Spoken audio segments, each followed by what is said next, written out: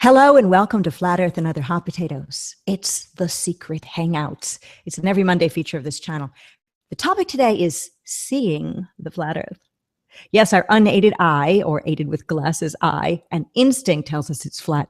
Earliest recorded impressions of what we live on is that it was flat and contained somehow. You can look this up. Ancient Greece, China, India, Thailand, ancient Egyptians, Babylonian people, Norse people, and more. They've left plenty of evidence of their true perception of the flatlands where we live. Later, though, we were tricked. We were all punked, and we believed. Belief is the enemy of truth. That's how we found ourselves thinking that we live on a spinning ball in endless space. Now, flat earthers have dropped the ball, and we see the world afresh. Panelists on this episode are Isa Mahal, Ben, Matrix Decode, Amir, Insanity is Sanity, who will be joining us later, and Nathan Oakley. Show number 135 is underway. Hello, all. Hey, Patricia. Hello, Isa, and hello, Nathan. And like I said, we'll have Amir join when he comes in. And I want to say hello to all in chat, and I'm going to go into chat in a few moments. So seeing the flat Earth, that's a pretty broad thing. That doesn't just mean what we can see with videos with our eyes and that. It has a feeling component too, because we say these things like, I see how you feel. That doesn't mean we see with our eyes. It's sort of seeing with your heart or your stomach or your soul or whatever it is that we've got. So the way that the flat Earth feels to many people is how they see it, as well as the scientific evidence that we're not moving and we're not spinning. Now, recently, 2 people in Flat Earth, maybe more, but 2 that I know have purchased drones, really cool drones. And there's this channel with this guy named Casey Neistat. Maybe I'm pronouncing his last name wrong, but it's a YouTube channel. I'll put a link in the description box later. He reviews different toys, and drones are some of the things that he's been reviewing lately. There's like a $4,000 drone, the Phantom, that came out that he has reviewed recently. It's one that folds up, kind of it makes a lot of noise too. So you can see one of his videos, and I'll put that in the description box later. But 2 people I know have them themselves. One of them is not here because he's busy and won't be doing a show with me for a little bit until he's back from what he's doing. And that is DITRH, Deep Inside the Rabbit Hole. He bought the DJI Maverick drone, and the release January 15th, delayed release. And he's going to be doing experiments with sunrises and sunsets and that kind of thing. Now, Ben, Matrix Decode, has the Phantom 3 advanced drone, and you've made a video. So Ben, tell us about this drone and how it's going to help you, and then when you make videos, us see the flat Earth. Right, yeah, thanks, Patricia. Yeah, I mean, I've just got this drone a couple of weeks ago now, and this is a DJI Phantom 3 advanced, and it's got like it's a camera drone, aerial camera drone, and it's got like a 3 gimbal axis that stabilizes the camera. And you know, the technology, I mean, I've just really come across drones in the last month and a bit really, and been very excited by what I've seen, and you know, glad to now have one. You know, I plan to do lots of experiments and different kind of observations, and it's just a fantastic tool, and it's like emerging technology. And it really gives you a different perspective. You know, you're up there, you're flying over things, and you're seeing the world from a completely fresh point of view. And I think as the technology progresses, it's going to be really exciting what we can do as researchers, you know, using this technology to our advantage. So I think it's a really exciting time right now. Now, the video that you've made is beautiful to watch, and then you put one of my favorite songs by Kate Bush as the background music, so that made it even better. One of those videos that makes you see with your heart as well as your eyes. Is it possible if you could play just a little bit of the video for us? Share. I'm sorry, can you say that again? Oh, could you share the video, a little bit of your video, with us today or tonight, depending upon where you are? Sure. If you've got it pulled up. It's on Matrix Decode's channel as well, and like I said, in the description box of this video. So it's Really Yeah. amazing, the technology. And you'd think that the powers that should not be would have seen this coming. Not that a drone proves flat Earth, but when we were told we lived on a spinning ball, they didn't even imagine, as far as I know, that we'd have all of these toys and these things that we've got now, like, for example, drones. The military would be the ones who had that sort of thing, if at all, not common people. And now you can get one. You can get them at little kiosks in malls, very cheap ones, not that great, but the ones that if you spend a good amount of money that you get, the camera is amazingly still. It's I can't. I was just about to ask Ben about this, actually, because you just said it's got a 3-axis gimbal on it, and many people may not know what that means. But, you know, it kind of is self-explanatory. It's on 3 axes to keep the thing stable. But I remember Ben showing me this footage when he hadn't put it out. He just sort of got the raw footage and showed me. And before he showed it me, he was like, "Oh, I've got a new toy." He's all excited. And what I was hoping for was precisely what Ben presented and what everyone can now see on his channel, on Matrix Decode channel, which is really calm, collected footage. So no shooting off and trying to film random things, just, you know, very stable, steady, going up, having a look around, and then pretty much going back down again. Now, obviously it's a test flight, but that's kind of what you want. I remember Jaron telling a story about his drone the first time he got it. You know, he's all excited, he sends it up, and then flies out, but then the thing just flies away and he loses it in some field. And you've got to kind of get I would imagine you've got to kind of get a feel for it, you know, really get your idea. But at some point there's a good chance the thing will get lost. I know they've got a come home button and stuff. So for Ben to send it up and on his first attempt come back with just beautiful, steady, still footage is just incredible. And that's down to the gimbal. You know, it keeps it steadier than you could film with your hand by a country mile. And they've started selling these things, I noticed. I hope Santa brings me one. But they've got these like ones that do a similar sort of phone thing for your phone. So you can actually mount a smartphone in it, and it'll do some of the things that Ben's drone will do. I mean, maybe if you could tell the audience, Ben, what some of the technical features that the 3-axis gimbal gives you in terms of how it will interface with you. Do you know what I'm talking about? Yeah, well, I mean, what happens is it keeps this this camera very sort of stable, and you know, when it's switched on, this comes up, and you can actually control this camera, so it points up or downwards. You know, and you can control the speed of how it does that, and so on. I mean, yeah, this gimbal technology has become accessible now to most people, and there are different models, but you can get this a grip, and it's a gimbal for your phone or your smartphone, and for your HD phone, and it's fantastic. It's totally smooth. You know, it's making filmmaking. I mean, like the drone itself is making filmmaking a real pleasure. You know, and you get it up in the air if you've got the good scenery or, you know, a good idea. You can make it possible now. In the video that you have recently made with your drone, that's, you know, on YouTube on your channel, you're in Spain, right? Where was it exactly? Because it looks so pretty. Right, well, it's a place called Lake Vinuela, which is in the southern part of Spain, quite near Malaga. It's quite a nice lake, surrounded by mountains, and it's between 2 mountain ranges, and so there's lots of cool scenery around here to film. You know, I mean, so you know, it's a good recipe for, you know, nice HD camera, stabilized footage with, you know, mountainous, spectacular scenery. Can you play a bit of the video? I don't know if your connection will hold for that, but yeah, I'd like to see it. I will share my screen. I just play a little bit because it's best viewed on my channel, really, with, if you're going to view it in HD and the music and the edit and stuff. So it's, to stream it is, I'll play a little bit of it here if you like. Okay. Maybe you should mute. Wait, how will that work, Nathan? Help me out. With the Kate Bush song, Running Up the Hill, will that be causing me any problem if we play a video?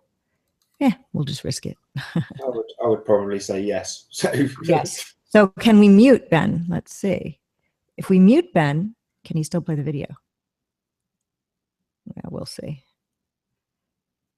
All right. And present to everyone. There we go. I don't see the video moving. So, well, there's a video.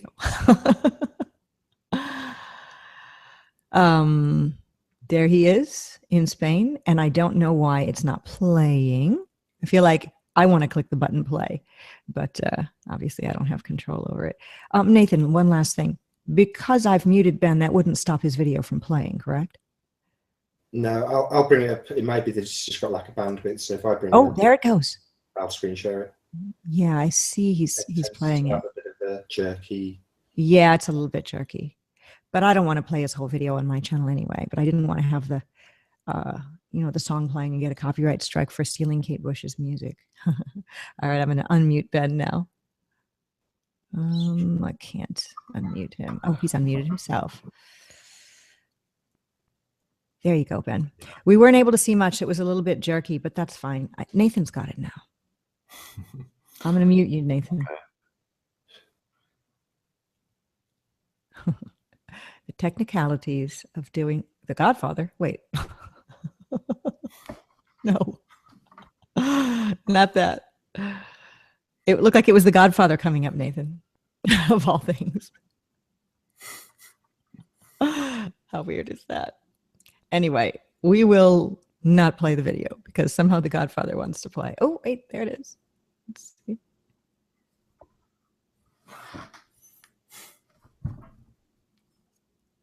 It's going to be silent, just letting everyone know because of the music in the background.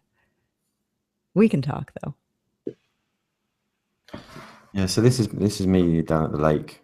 This is my first test flight, really. I did take it up the night before in darkness, just straight up and down, just to test it out. This was the first time I was flying it properly, and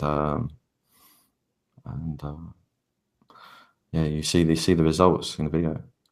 Oh, so stunning and so smooth. Yeah, so it can do like 60 frames per second.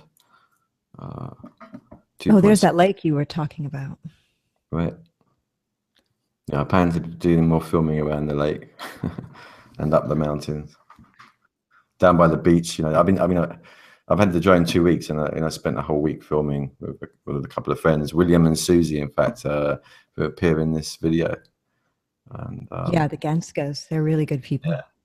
Yeah, they were over visiting, and so we got to hang out and do some cool filming. Wow. It looks, the drone itself looks amazing. It also looks like something that would be in a movie that would be miles big, when you just see it with nothing around it for size reference, like some kind of a space, I don't know, ship or something. Look how small you guys are down there. That's really cool. Quite futuristic, I think, some of them. But the technology in them is incredible. I mean, very stable, the way they hover in place, and GPS located, and various functions of the drone, like circling, point of interest, and so much of it is automated, like the takeoff as well. You just slide a button, press a button, take off, takes off, can land on its own. I mean, I've landed it once on its own, but the technique that a lot of people are employing is just to catch it in the air. Yes, I've seen people do that. Grab it, and that's my preferred method. Now it has propellers, right? Yes. Yeah. So you could maybe hurt yourself, or is it pretty safe? Yeah, you have to be careful. It's not recommended, but yeah, some people do it. It reminds me of modern day falconing in a way. You put your arm up and then it comes down and lands on you. Yeah. Well, it's really cool. It's like being a pilot, really. I mean, what you're doing is you're going up in the air, and nowadays, when I turn this on and show the controller, but you can get these VR goggles, so you're actually flying with a view of the screen. So, I mean, of what you're seeing from the camera, the point of view. So you're actually up in the air, flying. It really is the future of so many different things. That must give you such a rush to do something like that. Watching the video does. So being there and seeing it must as well. Now, for people who can't afford the one you've got, do you know much about drones in that you could recommend like a different lower price model? Have you tried out a bunch of other ones before you settled on this one? I did lots of research. When I first discovered them, I was like, you know, not day after day, night after night, looking at drone videos, different types of drones, researching a lot. I mean, there's a variety of drones that you can get. I mean, for this kind of thing where you're getting HD footage, really stabilized, you're really looking at something like a Phantom, DJI Phantom. The lower end one, there is a standard one, which is about $500 US dollars, I think, 500 to 600. That's probably like the low end. Other than that, you can buy smaller drones. You get first person view racing drones, the little toy drones. They're fun. But for me, I wanted an aerial camera, so that's why I went for the Phantom. And the Phantom 3 Advanced has more capabilities than the standard, and it's capable of traveling up to like 2 miles with uninterrupted signal that comes through on your iPad or your iPhone using a light bridge technology. So you can travel like 2 miles. Here in Europe, in America, it's further because of the radio signal. Oh, really? That's interesting. And so David Weiss, when he gets what he's getting, he's going to be able to fly it out farther. Huh. Yeah. So the Mavic Pro, which Dave, the one that Dave's getting, is more portable. It folds up. It's kind of portable. The drone technology is getting smaller and smaller, and I think the Mavic Pro goes about 4.3 miles. You can fly them further, but there's different ways of going about doing it. Now, people who would get a drone would say, or would think about getting a drone, or flat Earth naysayers would say, well, drone's not going to prove flat Earth. That's really not what this is about, right? Well, I mean, for me, getting the drone was part of like, I want to go up and try, see the world from a different perspective. I'm interested in, discovering where we are, what this place is. And to do that, this technology I think can help. I mean, I've got some ideas already, experiments to do. I've done a couple of observational experiments where I've gone up and checked the horizon, chasing the sun at sunset and bring the sun back into view. These are videos I want to, just put out on my channel. Got coming up soon. Chasing the Sun sounds like a good video title, actually, right there. Let me go into chat for a moment. Oh, go ahead. I was just going to say, it's amazing that without making it sound like they're not expensive, because they're still expensive. But about 10 years ago, I was filming with a show called the Gadget Show, and they were doing a piece on money, no object gadgets. And they had this crazy piece of apparatus that filled with air as you were exercising. They had a stereo that was something I was selling, and they had a drone, and it was tens of thousands of pounds. This is only 10 years ago, but it took 2 people to operate it. It took half a day to set it up, and it was unbelievably complicated. The guy who flew it had a massive amount of skill. He was a really skilled RC operator, and then it had a separate guy that was operating the camera and the gimbal. And I saw the footage. It was relatively low res, as you'd imagine. 10 years ago, a high definition camera was heavy. So you had a very low res picture. And by comparison to what Ben showed me, garbage. But back then you were like, wow, aerial footage. This is really cool. Money, no object tied to gadget. You thought, yeah, that's so cool to be able to go up high. And look, now, a couple of $1,000 and you can do it in 4K. Amazing. Yeah. And who knows what tomorrow is going to bring. Ronnie Event Skeptic is here and says, Ben, you rock. So Zoe of Be Here in Love in chat says, beautiful place you live in, Ben. So a bunch of people are in here just wanting to say hello to all. And Lady Ganja, Laura R., a Daymethyl Trip with me, Timaeus Pen Greenway, David Quintana is there doing a shout out to me. That's a person who's taken a turn from a person who was making crazy videos to a person who's being nice, and that's lovely. Did I already say Lady Ganja? Yes, I did. So many people here. Did I say Dan Winfield? Callum Hart is here. Spectacles is here with a shout out to you, Isa. Hello to all, and hello to Ukdina Walker, and also to Martin Leedke, and to all in chat. Hope you're having fun in there. I see some troublemakers in there too. So hello to you as well. Why not, right? Isa, I want to talk to you because it just kind of reminded me. and you were talking a little bit about spec, and you do a lot of things on FreeChan. You've done a couple of videos on your own channel, Isa Mahalski.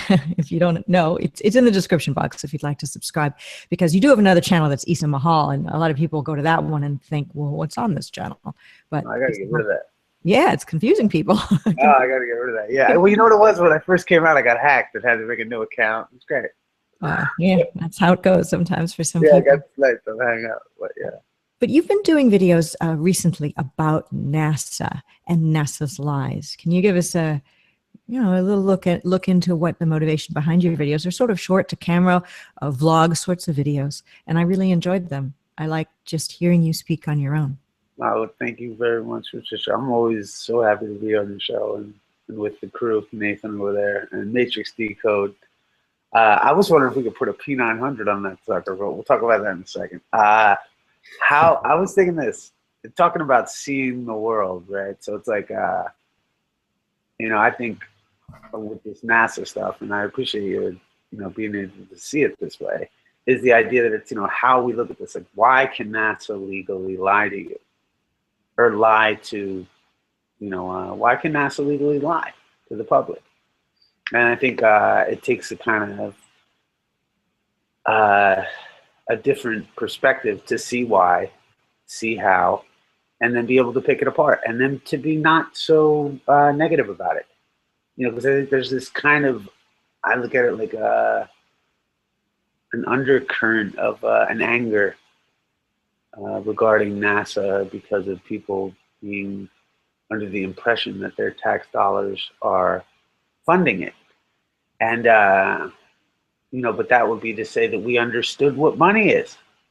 And that would be to say, there's a whole bunch of historical fun stuff. I think if we look into these subjects, we start to see all these things a lot differently.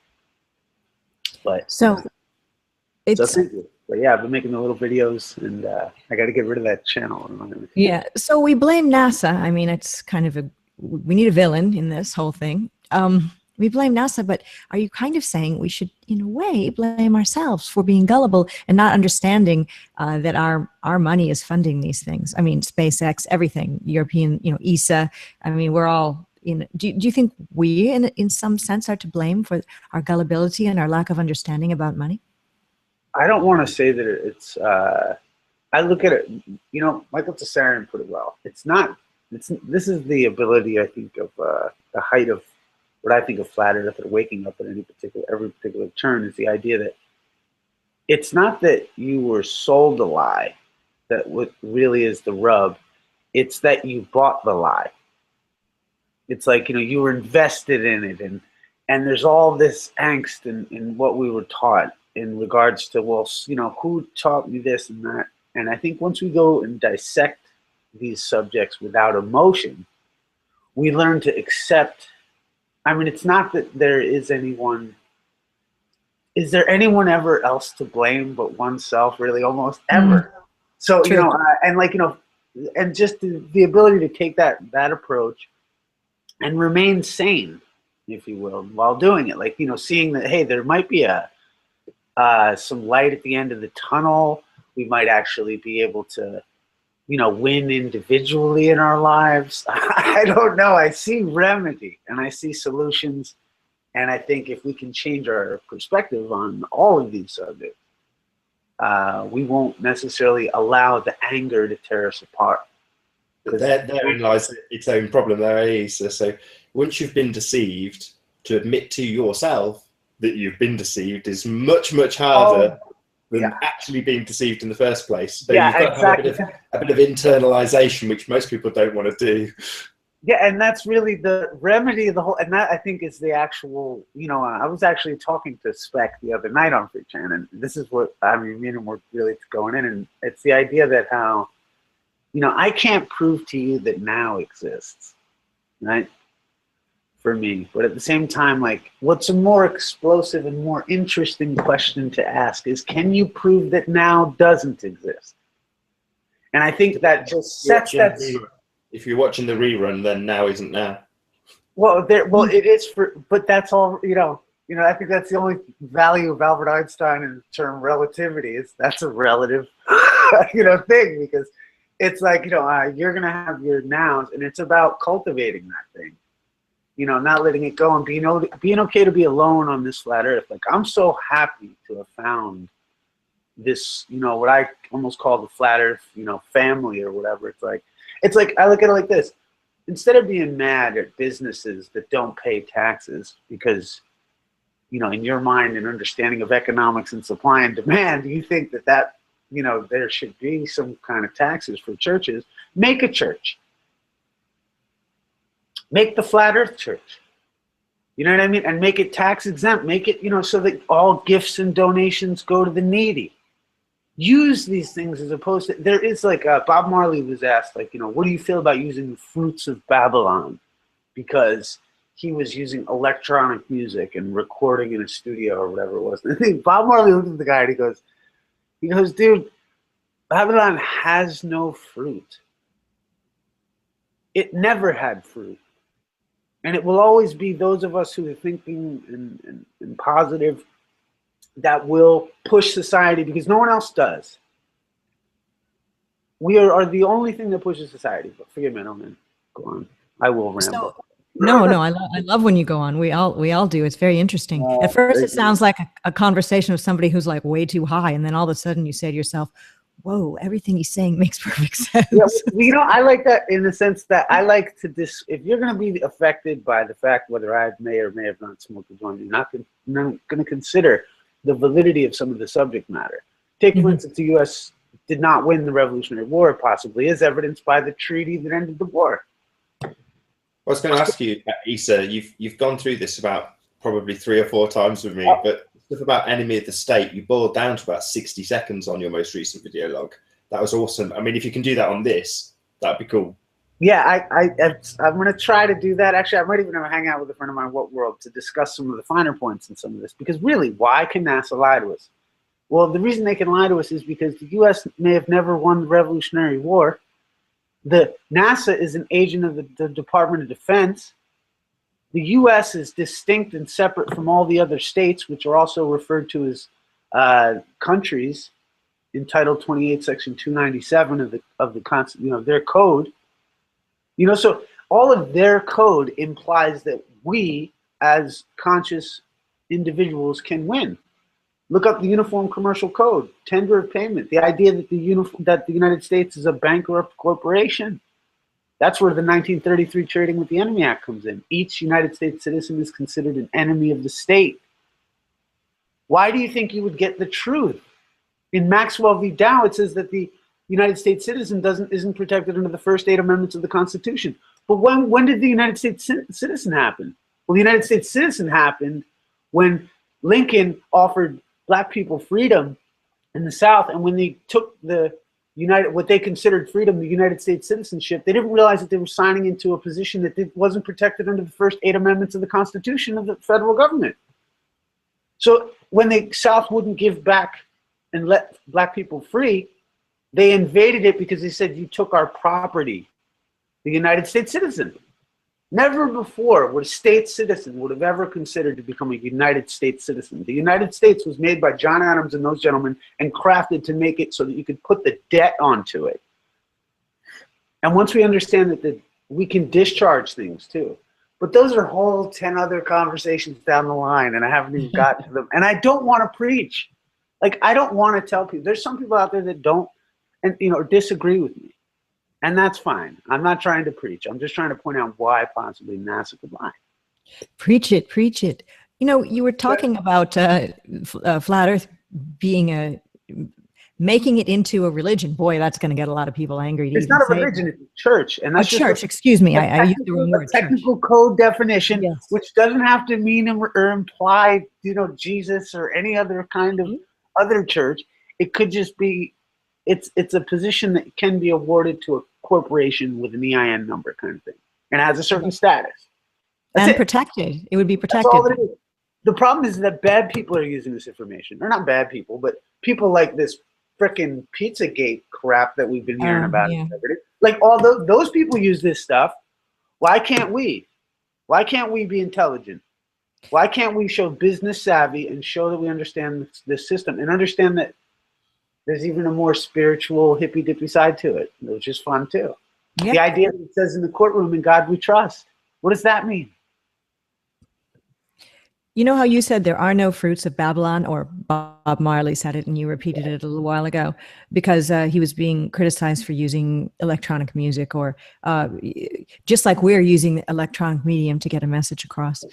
The fruits that we're using right now are similar to the fruits of NASA. People say, well, why do you dislike NASA? NASA brought us Velcro and microwave ovens and fill in the blank. No, the same people that brought us the fruits of technology, or the music Bob Marley, electronic music or electronic equipment he used to perform some of his music on, that's people who made those things, us. Yeah, those are, and we've always pushed society forward because, you're creative. And when you're creative, you create, and, that's debatable too. Also, what is creation or whatever. But I think when we put our soul into whatever we're doing and our spirit into it, we take this mundane matter and commit it to alchemy. And we can make it good. We can make it gold. We can take bad things and turn them into better things. You know what I mean? We can take the rotting soil and turn it into a healthy garden. If we can, if all of the nutrients are there. And I think we might not be seeing what's available to us. And it's leading us to frustration because we're backing up all this energy. Yes, and it creates a lot of fighting among ourselves, which, if anything, is what would help to destroy this budding awakening, which maybe is what they want. Yeah, no, that's why. I mean, recently it's like I take offense to any attack on my family, as I look at it. It's like, I just don't like, I don't like the division. I don't like anything to do with it. You know what I mean? I think, people have issues, and then we have to learn to come together and kind of envelop it and just explode into better things, evolve.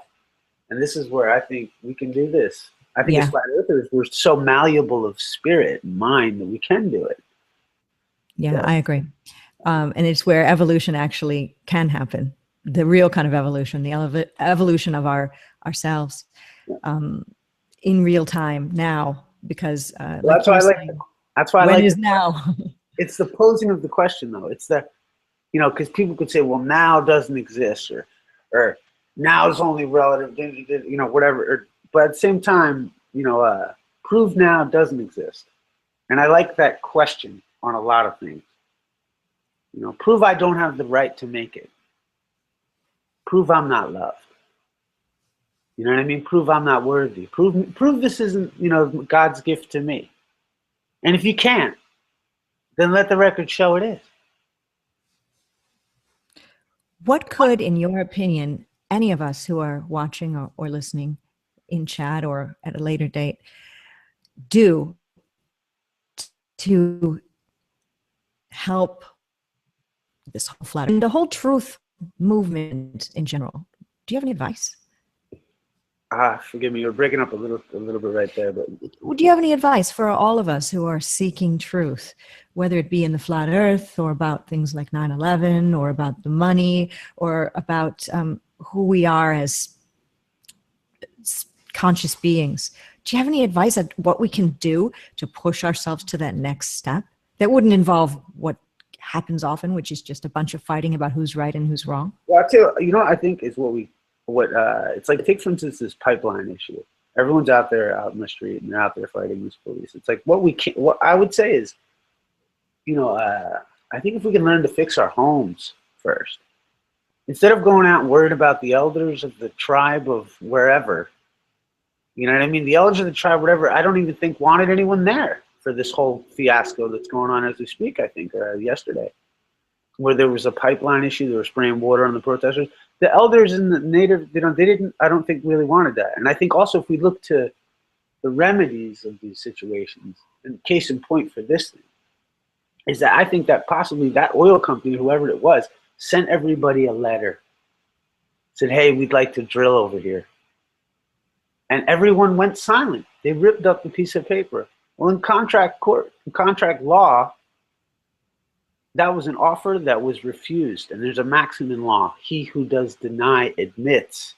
That's why they want you to take the fifth. So he who does deny admits and goes silent, same thing. So what happened is those, you know, they agreed by not maybe responding to the letter or getting a state attorney, you know, who didn't have the power to help them in what the tribes people wanted. Or I don't know. But my point is that I wish that we would, instead of going out and trying to change the world, we look inside of ourselves and change what we can change. Love your family. Like, even like, I got into Islam for a little while. Or, you know, I mean, I am, you know, I have like my opinions about Islam and, you know, Allah. And so the idea that when I was studying that, I kind of pushed myself away from family, thinking I was going to somehow change someone, you know what I mean, somewhere else. The only thing I can change is myself and, you know, and the loved ones around me. But I think if we focus on a little more love, and I think if we can focus on recognizing that in this time, if you've been on this journey and you've been talking to your friends and family about this, you're probably the only reliable news source.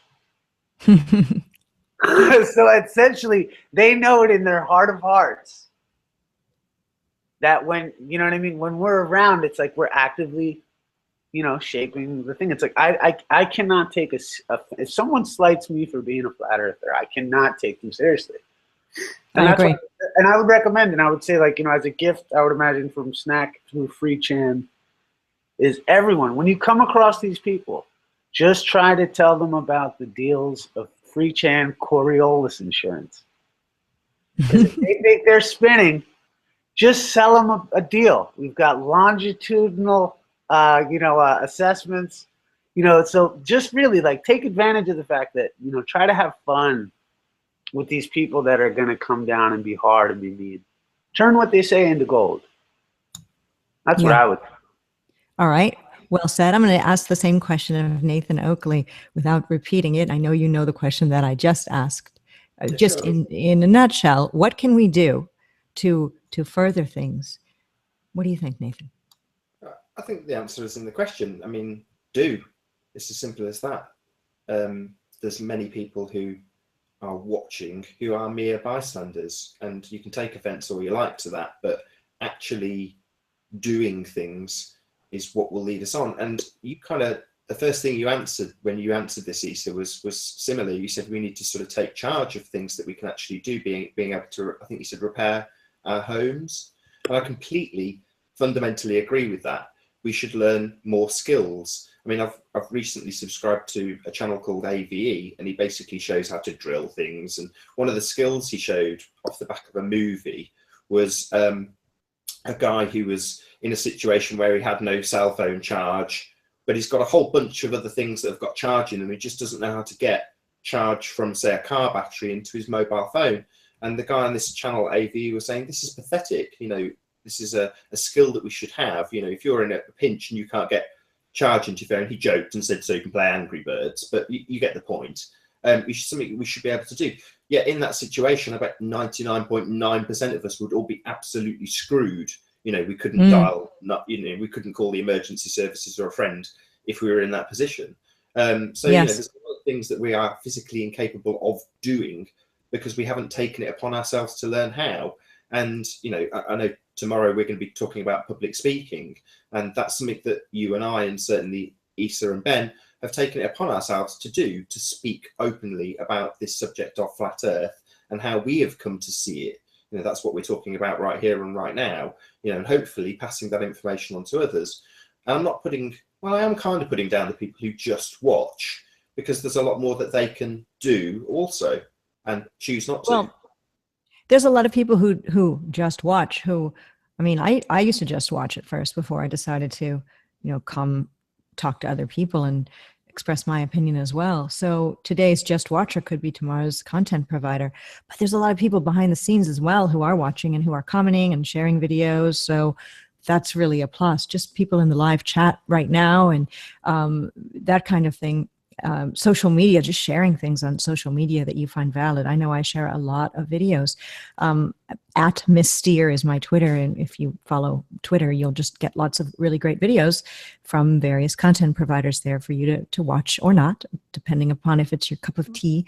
And my Facebook page, Flat Earth and Other Hot Potatoes, too, as well as my personal page, which isn't really a personal page. It turned into a Flat Earth page. Anyway, doing can be a very active, visible thing, like making videos. It could also be doing other things, like the Genskas, who came out and helped you out, Ben. And they didn't just help out; they were full participants. What do you think, Ben, about the same question? What is it that we can do that we're not already doing? I mean, all of us, to get this thing out more to the public. What do you think? Well, I think it is out there already. I think we've reached a point where talking about flat Earth is really, it's lost its stigma. I mean, people have been desensitized to the terminology again, because more people are talking about it. So I think the word is getting out there. I mean, the idea of like questioning where we've been told we live is the main thing. And obviously doing more and more research, more experiments, more observations, making more discoveries. The more, and with the technology that we get, the better zoom cameras and various different things are going to enable us to progress. For me, flat Earth, it's a subject. I don't know if the Earth is flat. I'm still doing these. That's why I'm doing all these experiments. But there's a lot of great evidence, and I associate and call myself a flat earther because I think that the flat earthers, and it's part of YouTube, this research community, this truth community, if you really want to know where we are, it's the flat earthers who are going to discover these things. Believes in the Bohr model, the one we've been all brought up to believe in. They're not going to be investigating the nature of reality in the same way that flat earthers are doing. So people who are criticizing flat earthers for asking the questions, and and who are out there looking at things and seeing, making discoveries, the people who criticize that don't know what they're talking about. They're not really truth seekers. If you want to know the truth about this world, you've got to look into the nature of reality, and that's what flat earthers are doing. And I think it's fascinating, so fascinating. And if you're not really looking into it, and because no one really knows, whoever out there, no one really knows. Maybe a few people at the top of the power pyramid, making these big decisions. But people who say, "Oh, flat Earth is nonsense," they don't know, and that's why we're here. We're looking for answers. We're asking the questions, and what an exciting time to be alive as well. There's a lot of stuff going on, but it's the flat Earth community as well is fascinating and alive, and friendships are being made, and some friendships don't, and it's all just so fascinating. Yeah, it is. It's fascinating on a social level, and it's fascinating on a scientific level and an experimental level as well.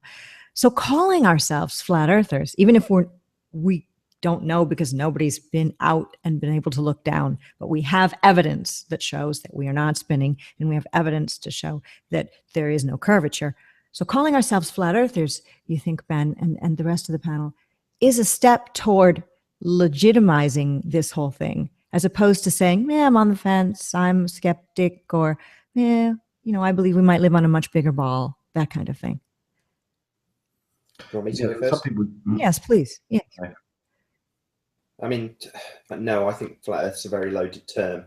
And in reality, while we all accepted that the Earth was flat 12, 18 months, 2 years ago, for some people today, in reality, we all knew about flat Earth long before we heard about the Earth actually being flat. And the reason we've all heard the term flat Earth is because it's kept in the social, in the media. It's, you've got Barack Obama talking about the Earth not being flat and there being evidence to suggest, well, some people will look at that and go, well, isn't that a wonderful thing? No, it's said so that the ridicule is kept up. You have to have the idea in people's consciousness to a certain extent so that when they hear it, it can be ridiculed. If we didn't have that being the case, when you mentioned the words flat and earth to somebody random on the street, they wouldn't brace against it instantly and start garbling out a load of rhetoric about the earth being a globe. They have to have heard of it, otherwise they wouldn't ridicule it. If they hadn't heard of it, it would be a totally different situation, because the earth is obviously and observably flat. Therefore, if you mention this to somebody, they go, "Oh, that's a really interesting concept," as opposed to, "You're an idiot, you're a retard, how dare you, haven't you been to school?" Which is what we actually get, because they've heard of it. So saying you're a flat earther is a loaded term, like you said. Yes, when I named my channel Flat Earth and Other Hot Potatoes, I wanted to talk about other conspiracy issues, things that interested me, like 9/11 and a lot of things involving health. Sandy Hook, Boston bombing, other things that have been touched on briefly during my show, but with flat earth as the basis. Flat earth is what got me out of my armchair to actually make a channel. Before that, I would just be consuming videos pretty much without a channel. Not even understanding the whole dynamics of YouTube and thumbsing things up, and just, I'd look stuff up on YouTube, just random things like how to make a cell phone do this or that, those kind of those how-to things are kind of what attracted me to YouTube. And then from there, just a lot of other things came up that I found interesting. If we don't call ourselves flat earthers, people won't understand what we're talking about. If, what do you believe in? I'm a level earther, or I'm a plane earther. I mean, it's the flat earth. It's so bad, but yet it's so good. Well, I'm going to completely contradict myself now, because in exactly the same breath, having it give people that immediate kind of allergic reaction to the term means that once you throw a few pointers their way, once you lead that horse to the water, if they have a little sip, they're immediately hooked, and they're having to have a rush of breaking a lot of different programming all at once. So in a way, it's its own linchpin, because they've kept it there to be ridiculed. It means that when you see the obvious truth, you kind of realize the other lies that are being told to you, which is why a lot of people will call Flat Earth a gateway into a lot of conspiracies. Certainly for me, I was looking at certain things like subliminals and psychopaths, but I wasn't looking at 9/11. I'd seen it on TV, I'd looked at it vaguely, but I hadn't, delved into it in the kind of depths that I have since Flat Earth, because you can definitely appreciate that there's an enormous lie afoot.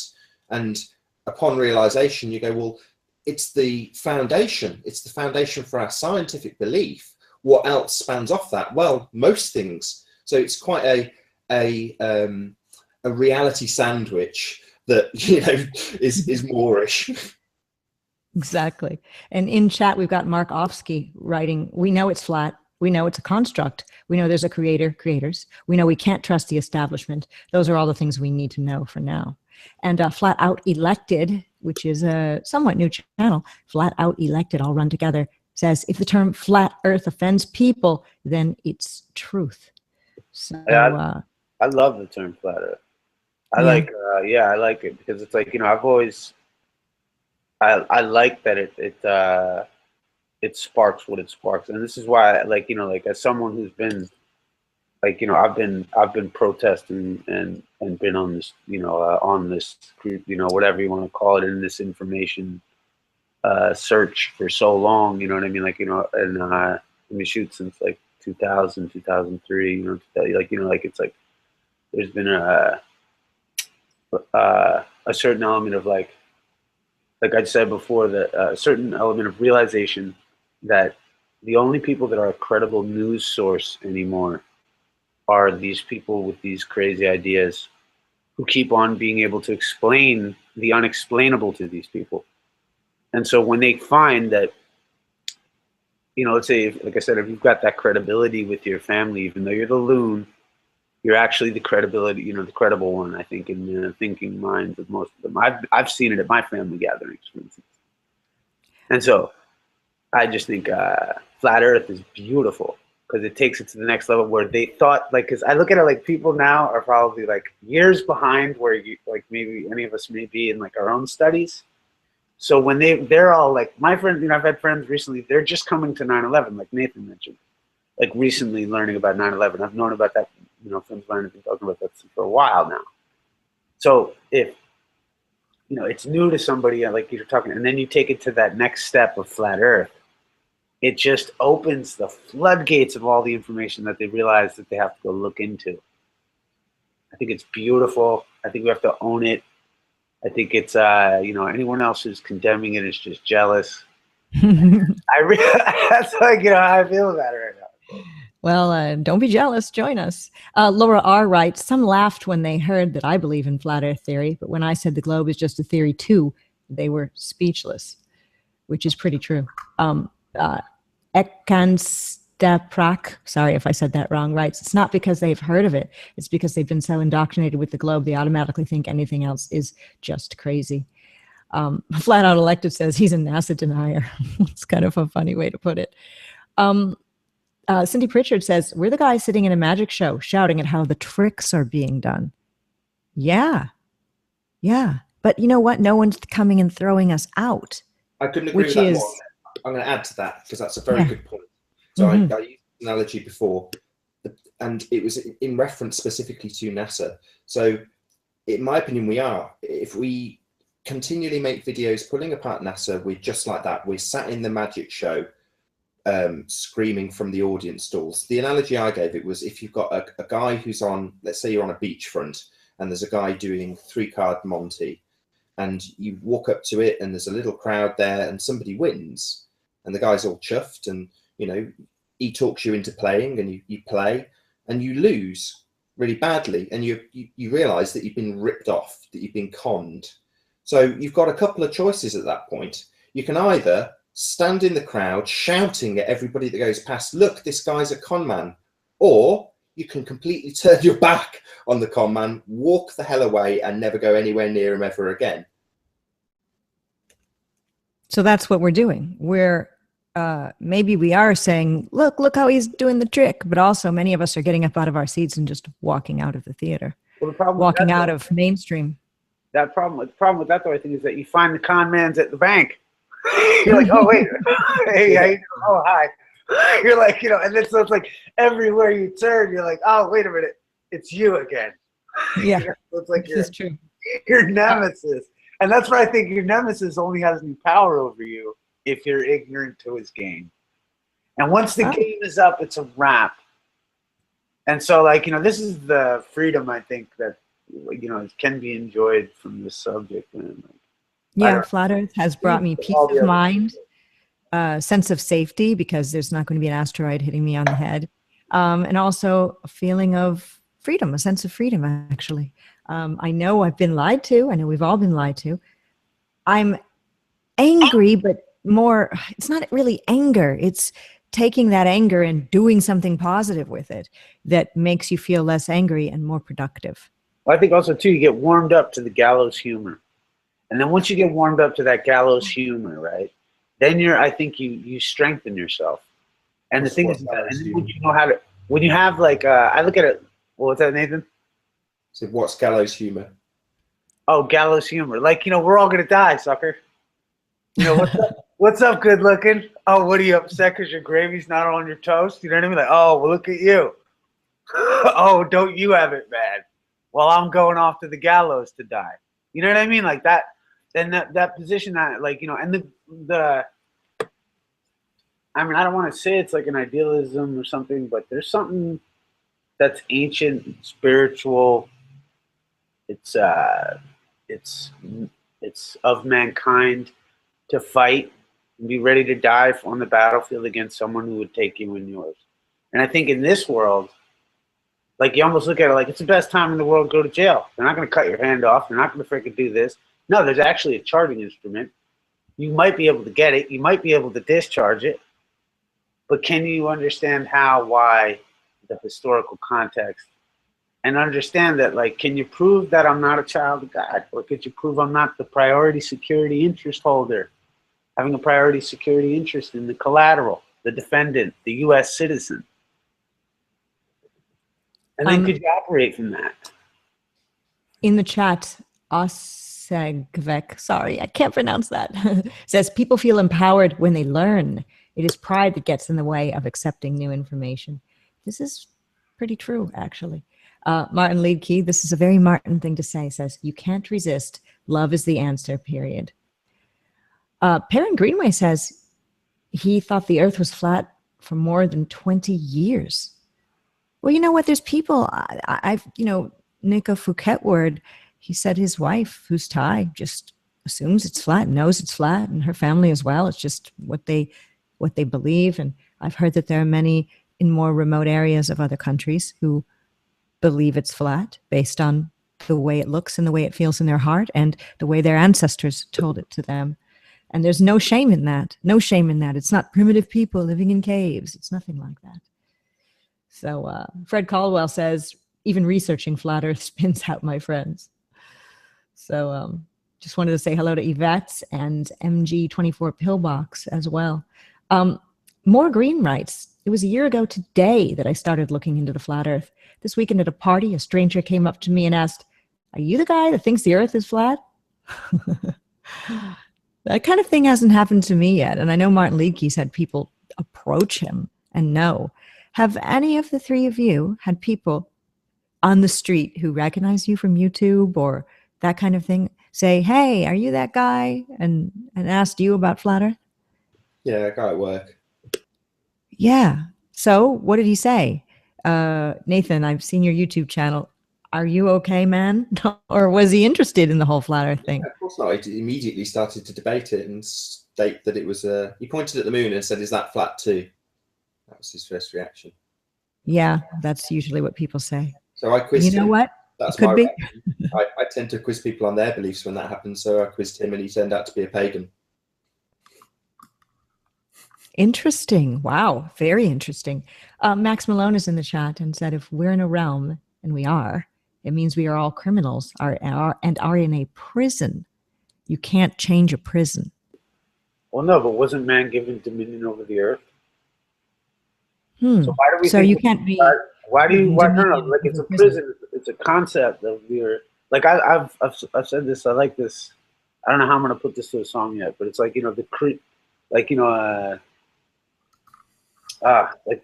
creative type, like the creative one, like the artist. That's what it was. The artist creates. The artist creates heaven, and the critic imagines hell. And so, and I think if we can understand to again get to that idea that this does suck, you know what I mean? Like I get it, and it's like gallows humor. But now, if we assess the situation, we have some beautiful things to look forward to. So it's not. I don't look at it like it's not a. I can't say that. I can't let that slide like in the way that I look at it. Like man has dominion over the earth also. So yeah, I don't think it's a prison. I don't think it's a prison at all. I think we're here to have this one experience, and really, it may seem like a prison because of the system that we're living under. But really, it's kind of a paradise and could be, should be amazing. Yeah, I agree with that, that there are aspects to it, like Max Malone said, that make it prison-like. If you don't have enough food, if you don't have enough water, if your family is suffering, if you have disease, if you are depressed, if you are down, if your living circumstances aren't what they should be, if you're struggling in any way, emotionally or mentally, yes, I can see that it's a prison. But you look at that drone footage that you showed us, Ben, and you look at what it is, and it is a beautiful place, and you look around at the people and you say, we are all love, like Martin Liedtke would say. We're all here together having this experience at the same time. Through history, none of this particular group has been here before together. Or some would argue, yes, we have. Martin would. He believes that we've come back together to do this flat earth thing all together. And it's possible. But I don't think it's a paradise nor a prison. I think it's in the making to be either. And it's up to us individually where we want to take it. And I'm going for paradise. I fundamentally think that the flat earth is paradise. I'll say that first and foremost. But in opposition to that, the globe is most definitely a jail. It's a prison cell, because although it lends ideas to infinite space and infinite other worlds, they are infinitely far away and inaccessible, unreachable. So when you focus on the globe itself, you have a an infinite circle in terms of how to travel around it. So there's no possibility whatsoever of other land, of other space, of other continents. There is zero chance of that on the globe. It is a jail on flat Earth. I'd say it's more a prison for your mind, you know, to quote the Matrix. You know? Beautiful quote, and it's spot on. It is a prison for your mind because it's a mental construct. The globe is not a real thing; it's a plastic toy.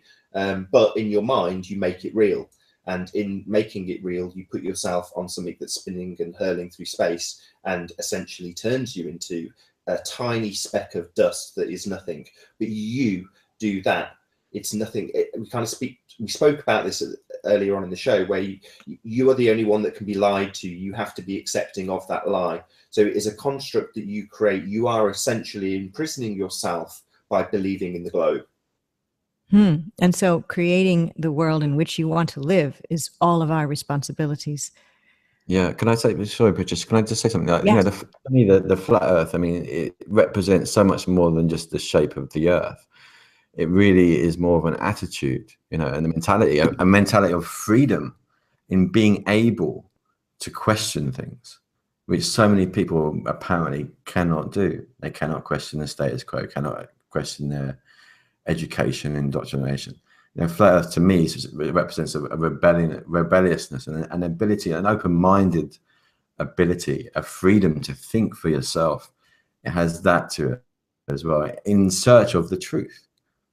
You know, flat Earth is potential as well. All this potential that we have, should we choose to use it. Okdina Walker is in chat and says she comes from a different culture. Her take is not that we're in a prison, but that we are somehow being isolated. And a lot of people feel that way. If we have an endless plain, if we have more land, which sounds like a great possibility to me, that we might be being isolated. Anybody have any thoughts on that? I know it's pure speculation, but it was in chat. The technology itself that we use isolates us. So right here, right now, I'm sat completely and utterly alone. My wife's in a different room. None of you are sat here with me. We are in effect in isolation.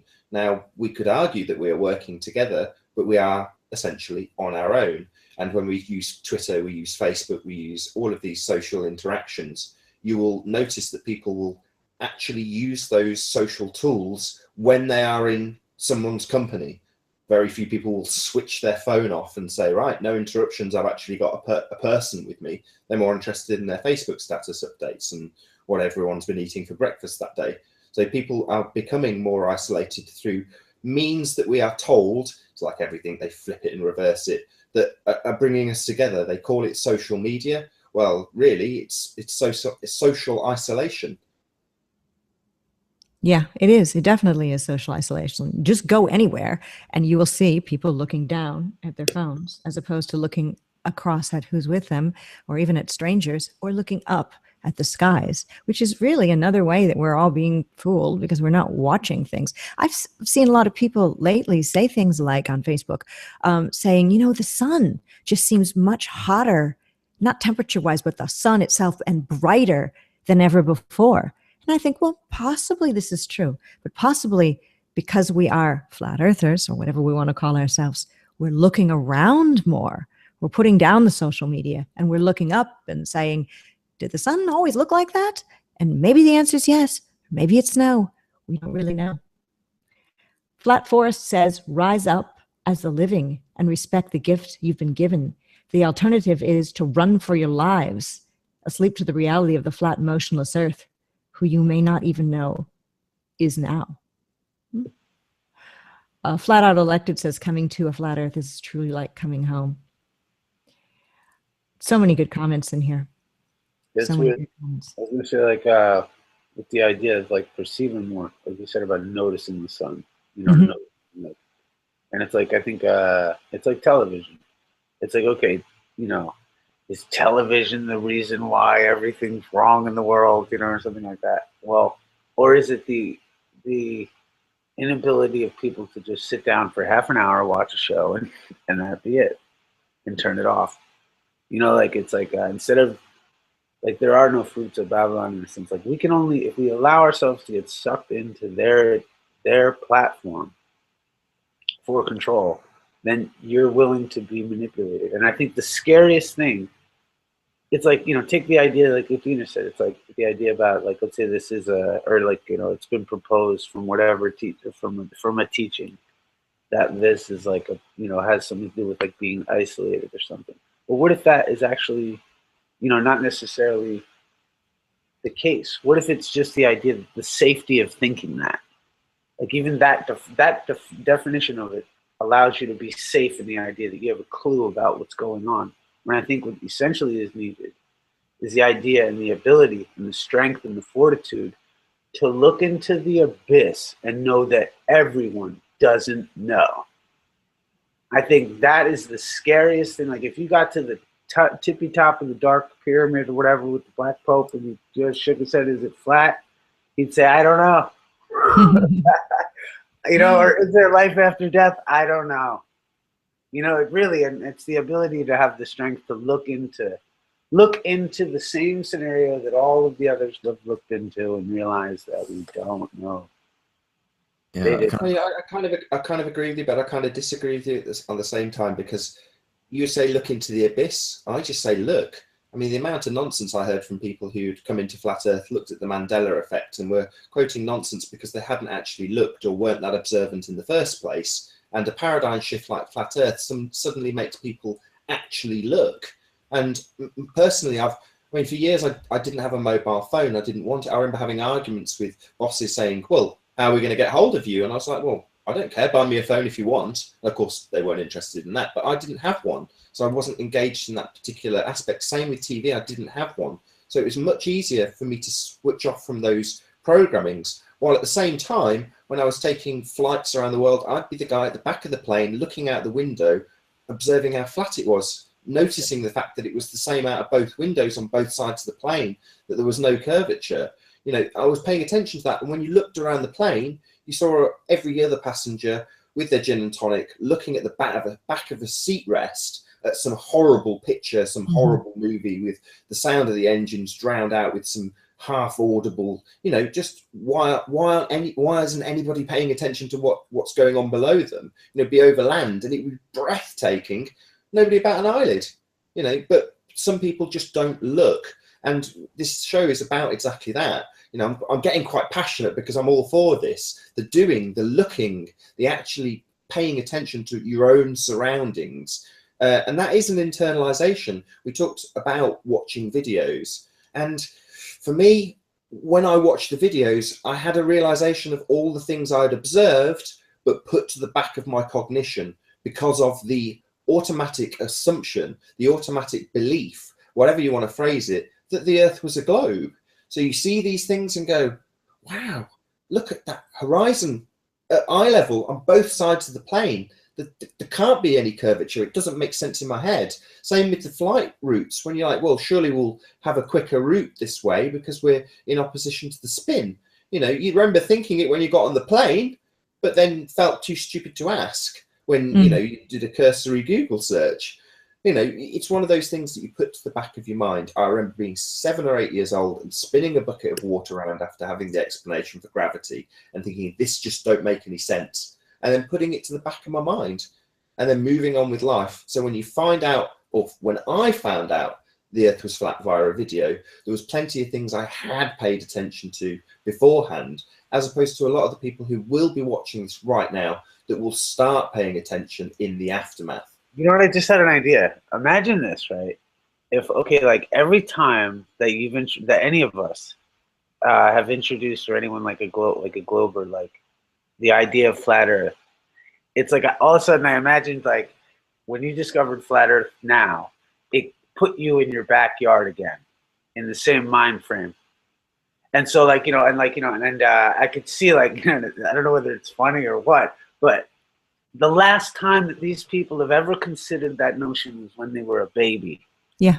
And they resort right back to that. I mean, it's really childish what people do when they actually, like, you know, when they got a beef with flat Earth, right?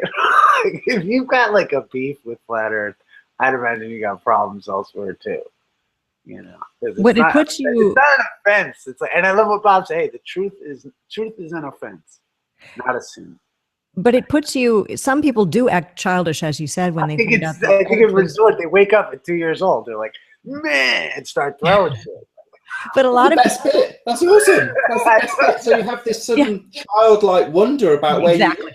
That's a psychological test for some psychological flat earther somewhere, like, you know. It could be good or bad, though. You could act like a child and throw a temper tantrum about. No, it's horrible. Actually, that's why I started thinking like this. If people could, we almost got to understand that we got to be sensitive with these people. Like all the people that are just looking at the phone, the back of the screen, not looking at the earth and shit like that. I look at it like, well done. You got your shoes tied. You're on the right feet. You shouldn't expect much. And like also in the same regard, and that's why I love this whole idea of learning court, because I have a feeling the judges are sick of these people.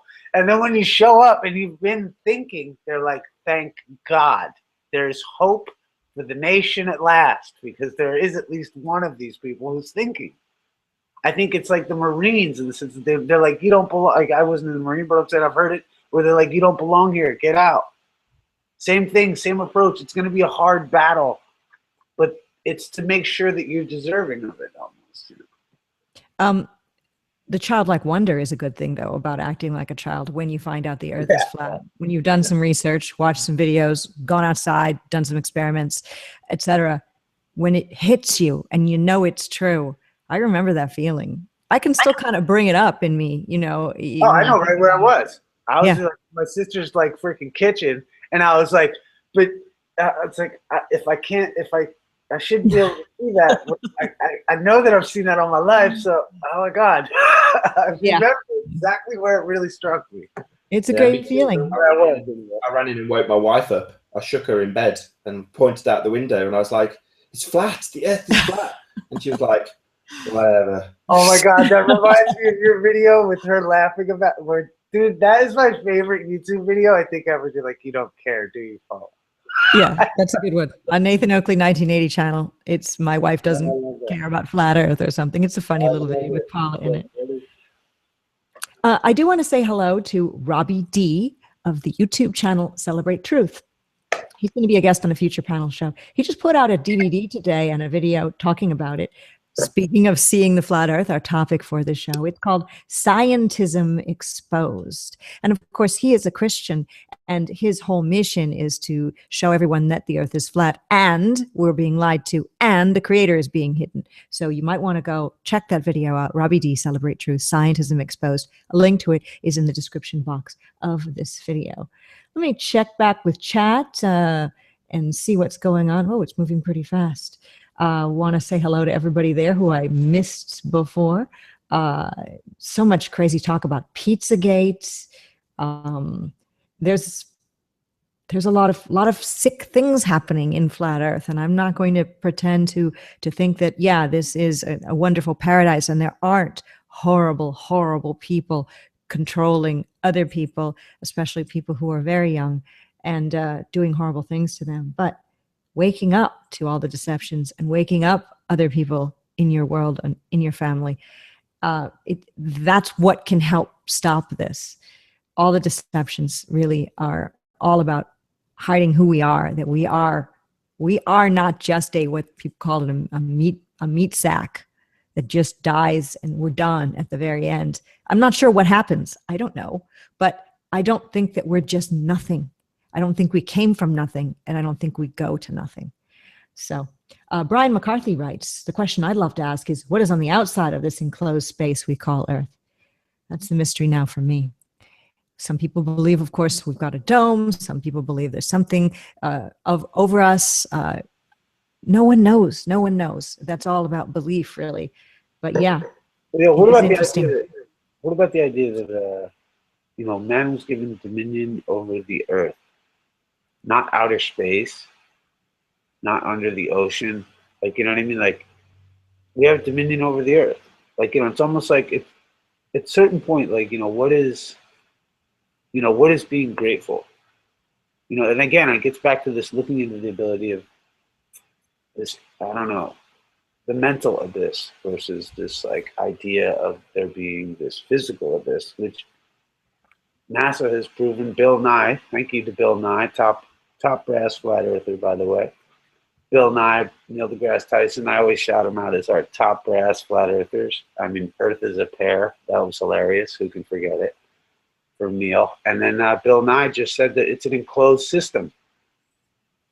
You can't. If everyone looks, check out Cathexis too. I did a show on the level with him. And he opens the show with Bill Nye. And it's the Earth is an enclosed system. So I look at it like those are our top flat earthers. I'm really happy that they're on board. It's like, because ever since like Neil deGrasse blew it wide open with the Earth is a pair, which is just ridiculous, and then came out with a horrible rap song. You know what I mean? Like, it's like, this is like, they're top brass flat earthers in my book. And I think Speaking of top brass, Tamaya said, yeah, go on. Tamaya says, I like how our soul can be measured to leave at death and weighs 21 grams, or something leaves at death. Animals don't have that same spirit, though, and remain the same weight. That's kind of sad, but it is interesting, 21 grams, and there's even a really good movie somewhat about that situation called 21 grams. Timaeus also says cats are love. Hey, thanks. I agree, too. Brian McCarthy comes back and says, I think to anything that was observing us from the outside, they'd be amazed that all of this size we think we're observing is taking place on a flat screen. Interesting.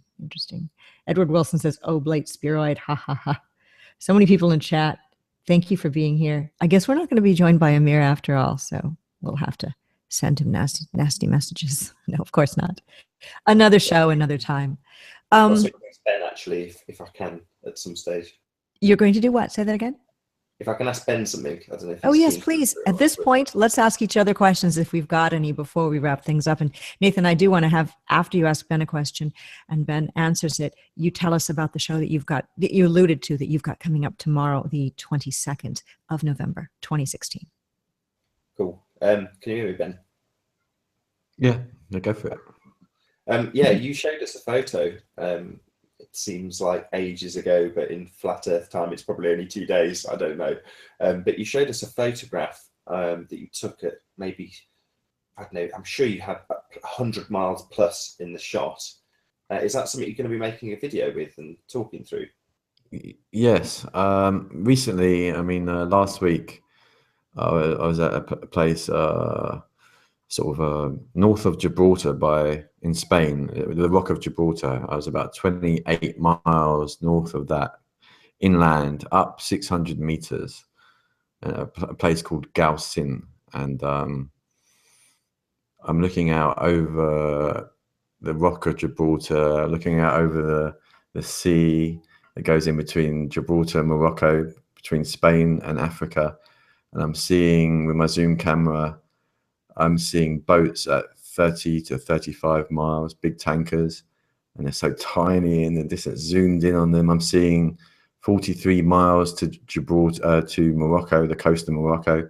I'm seeing mountains in the background from Africa, the Atlas Mountains. These are like 150 miles away. It's a really fascinating bit of footage I managed to capture. Really, bro.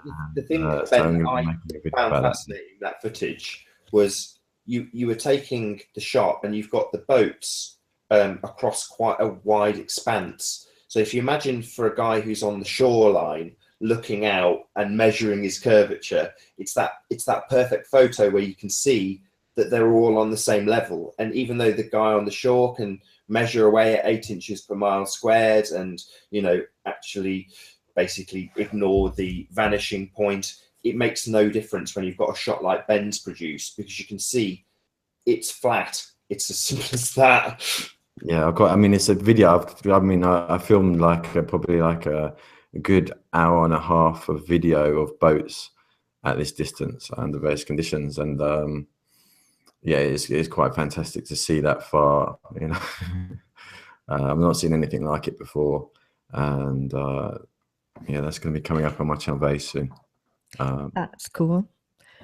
You were talking about Rock of Gibraltar, and in chat someone starts talking about rocks, because that's how chat works. It's one word in the show and then boom, bing bang, and it goes into chat. Yvette says that rocks are alive. They've told her myself. Flat Earth Math responds, Yvette, they're not rocks, they're minerals. when he says that's a Breaking Bad reference. And Ukdina Walker says, Yvette, I am a rock lover. They're all over my house and yard. So rocks alive, animals alive, the hills are alive with the sound of music. I mean, you know what? We all are alive with the sound of music. All of us here, all of these creatures, all of these items. Who's to define what being alive really is? We are. Yeah, we are. Yes, indeed. So what do you have tomorrow? And I know I'm part of it, so I do know, but I'm asking you the rhetorical question, Nathan. The show you've got planned on the Nathan Oakley 1980 channel on the 22nd of November 2016. So yeah, we're having Caveman 444 and Stephen Chess and your good self to talk about public speaking. So we were talking about doing, and this is our doings. This is what we do, and hopefully we're going to talk about, maybe take criticism from the chat. Maybe we will ignore it. We will choose whether or not we do that at the spur of the moment. We shall see. But yeah, basically we'll be hopefully passing on some useful information, especially from Caveman, who's having, getting a bit of traction and actually getting out, speaking to a wider audience, and talking about how he's achieved that and how he presents himself when he talks. Same with Stephen, who's had similar success, and what we do here and now. So yeah, basically giving people some useful tips, so that the guy who we hear this all the time from people like Dearth, deep inside the rabbit hole, plug. He will say that his advice is to not actually go out and tell people immediately that you've found out the Earth is flat. Maybe do a bit of research first. Maybe beef up on your heliocentric knowledge so that you can counter some of the arguments. Problem is that people will immediately go out and just fight the corner because it's fantastic information. Yeah. So hopefully in that show we'll give people a few pointers on how to just present information in a better way. Simple as that. So it'll be on Nathan Oakley 1980 channel, and it'll have a title that's something about public speaking. All right, 11:30 GMT. That's 5:30 Central, 6:30. We're not sure of the time yet. Eastern, 3:30 or so. Pacific. So that is tomorrow. That should be cool. So thank you to Nathan Oakley 1980. His channel's in the description box. Isa Mahalski, that's the name of his channel.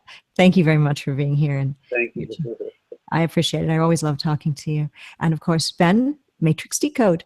Thank you. And thank you for your drone footage. And we will be looking for more incredible drone videos and experiments coming from you, and also from deep inside the rabbit hole and whoever else gets a drone.